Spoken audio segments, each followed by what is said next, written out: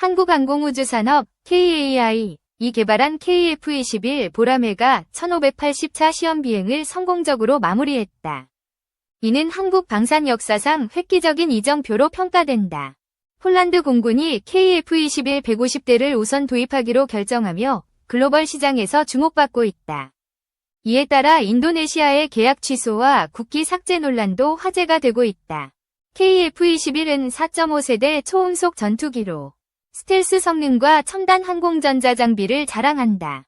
한국은 이를 통해 세계 8번째 초음속 전투기 개발 국가로 자리 잡았다. 본 기사는 KF-21 외 기술적 성과와 국제적 파장을 상세히 분석한다. 폴란드와 인도네시아의 상반된 행보를 통해 K방산의 미래를 조명한다. KF-21은 한국 공군의 노후 전투기 F4, F5를 대체하기 위해 개발되었다. 8조 원 이상이 투입된 이 프로젝트는 당군 이래 최대 방위산업 사업이다. 2021년 4월 시제기 출고식을 시작으로 2022년 7월 첫 비행에 성공했다. 최근 1580차 시험 비행은 기체의 안정성과 무장 성능을 다시 한번 입증했다. KF-21은 쌍발 엔진 F414-G400을 탑재해 최대 속도 마하 1.8을 자랑한다. 능동 전자주사식 배열 AESA 레이더와 정밀유동무기가 핵심 장비로 포함된다. 시험 비행은 2026년 양산을 앞두고 기체의 한계치를 테스트하는 과정이다. 1000소티 비행 횟수를 돌파하며 무사고 기록을 유지하고 있다. KAI는 2032년까지 120대를 한국 공군에 인도할 계획이다. 이 전투기는 가격 경쟁력과 성능으로 글로벌 시장에서도 주목받는다. 1580차 시험 비행은 경남 사천의 공군 제3훈련비행단에서 진행되었다. 공대공 미사일, 미티어, 분리시험과 기총 발사시험이 성공적으로 완료되었다. 이 비행은 KF-21 외 전투 임무 수행 능력을 검증하는 중요한 단계였다. 시험 비행 중 기체 손상이나 이상 징후는 전혀 보고되지 않았다. 방위사업청은 KF-21 외 신뢰성이 한층 강화되었다고 평가했다. 노지만 사업단장은 2000소티까지 무사고를 목표로 한다고 밝혔다. 이번 비행은 양산 1호기 제작에도 긍정적인 영향을 미쳤다. 중앙 동체와 주 날개 결합이 완료된 양산기는 2026년 9월 인도 예정이다. KF-21의 날개는 80겹 탄소 섬유로 제작되어 강도와 경량성을 보장한다. 이러한 기술적 성과는 K방산의 글로벌 경쟁력을 높이고 있다. 폴란드 공군이 KF-21 150대 도입을 결정하며 국제적 파장이 일고 있다. 이는 한국 방산 수출 역사상 최대 규모의 계약으로 평가된다. 폴란드는 러시아 우크라이나 전쟁 이후 군 현대화를 가속화하고 있다. 기존 U-29와 Su-21을 대체하기 위해 KF-21에 주목했다. 폴란드 국영 방산업체 PGZ는 2023년 KF-21 공동개발 의사를 밝혔다. 흐바획 PGZ 회장은 KF-21은 비용 효율적이고 성능이 뛰어나다고 평가했다. 폴란드는 인도네시아의 개발 분담금 체납 지분을 인수할 가능성을 제기했다. 이로써 2026년부터 시작되는 블록 2 개발에 본격 참여할 전망이다. KF-21 블록 2는 향상된 스텔스 성능과 무장 탑재 능력을 갖춘다. 폴란드의 도입은 유럽 시장 진출의 교두보로 작용할 것으로 보인다. 인도네시아는 KF-21 개발 초기부터 공동개발국으로 참여했다. 총 개발비의 20%, 약 1조 7천억 원을 분담하기로 약속했다. 그러나 2018년 이후 분담금 체납이 이어지며 논란이 커졌다. 2022년에는 체납액이 8천억 원에 달한다는 보도가 나왔다.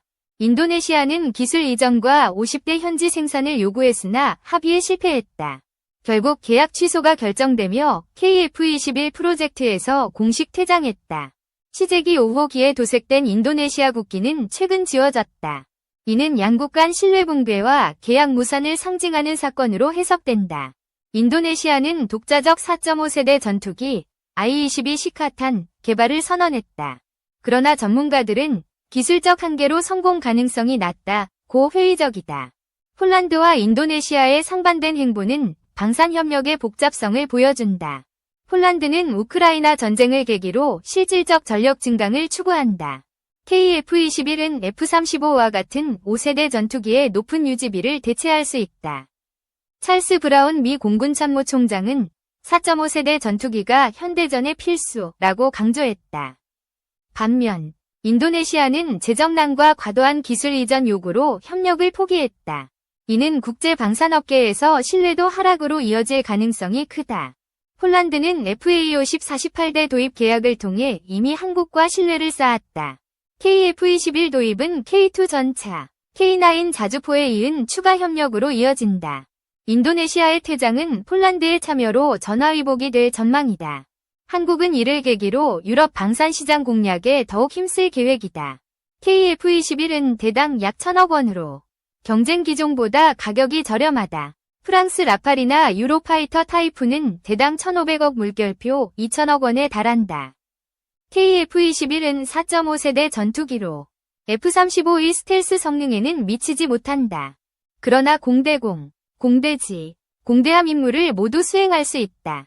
블록 3, KF-12X은 내부 무장창, IWB를 추가해 5.5세대로 업그레이드된다. 이는 F-22, F-35와 유사한 스텔스 성능을 목표로 한다. KAI는 2030년대 수출을 위해 EA, 전자전과 SA, 단자 버전도 개발 중이다. 사우디아라비아, 필리핀 등 잠재적 수출국도 KF-21에 관심을 보인다. KF-21의 가격 경쟁력은 중저강도 분쟁국의 매력적인 선택지다. 한국은 이를 통해 글로벌 방산 시장 점유율을 확대할 전망이다. KF-21의 성공은 한국 방산 산업의 도약을 상징한다. K2 전차, K9 자주포, FA-50에 이어 KF-21까지 수출이 가시화되고 있다. 폴란드와의 협력은 유럽 방산 시장 진출의 중요한 발판이다. 김재한 월간항공 편집장은 폴란드는 수출 확대의 지렛대가 될 것이라고 전망했다. 인도네시아의 퇴장은 아쉬움이 남지만 장기적으로 긍정적이다. 폴란드의 참여로 개발비 부담이 줄고 기술 협력이 강화된다. KF-21은 1조 달러 규모의 글로벌 방산 시장에서 경쟁력을 갖췄다. 한국은 이를 통해 항공우주 강국으로의 도약을 꿈꾼다. 2026년 양산 완료 후 KF-21은 한국 공군의 주력 전투기가 된다. K방산의 미래는 KF-21의 활약에 달려있다고 해도 과언이 아니다. KF-21 보람에는 한국의 기술력과 의지를 세계에 알렸다. 1580차 비행 성공은 양산과 실전 배치로 가는 중요한 발걸음이다. 폴란드의 150대 도입 결정은 K방산의 글로벌 위상을 높였다. 인도네시아의 계약 취소는 아쉬움을 남겼지만 새로운 기회를 열었다. KF-21은 가격, 성능, 신뢰성에서 경쟁력을 갖춘 전투기다. 블록 2와 블록 3 개발로 5세대 이상의 성능을 목표로 한다. 한국은 KF-21을 통해 항공우주 강국으로 도약할 준비를 마쳤다.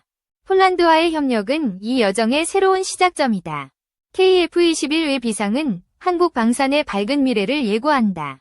앞으로의 행보가 세계 방산 시장에서 어떤 파장을 일으킬지 주목된다.